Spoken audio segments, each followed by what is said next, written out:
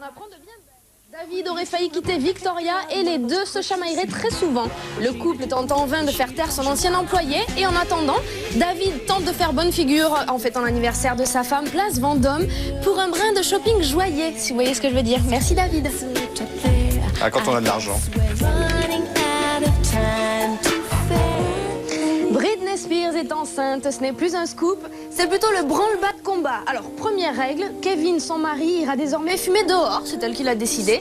Deuxième règle, lire un maximum de manuels sur la grossesse, prestement posté par la marraine Madonna elle-même. Oh. Et troisième règle, enfin, publier un DVD de clips, making-of et photos dédiés à son bébé, c'est mignon.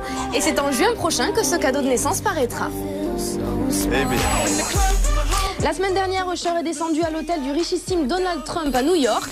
Tous ses bagages étaient dans sa chambre, à l'exception d'une valise dont un voleur s'est emparé.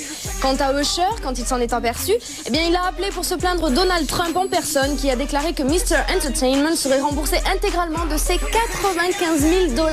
95 000. Dans une valise. Ouais. Très bien.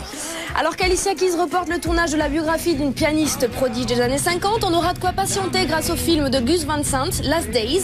Présenté cette année à Cannes, le film raconte la vie d'un chanteur grunge directement inspiré de celle de Kurt Cobain, disparu il y a 11 ans. Last Days, le film.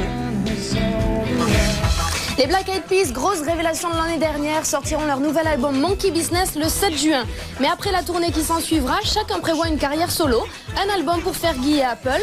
Et quant à Tabou, le chanteur mexicain aux cheveux longs, il chantera en espagnol. Mais comme les Destiny's Child, le groupe continuera malgré tout de travailler ensemble. Ouf. À propos, Fergie aurait bien mérité sa place dans ce sondage. Les Américains ont élu les plus beaux postérieurs du showbiz.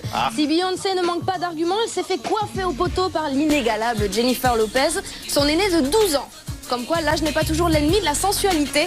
Et pour preuve, chez les hommes, Brad Pitt, à 41 ans, devance de loin les jeunes Usher et autres Justin. Donc voilà, en regardant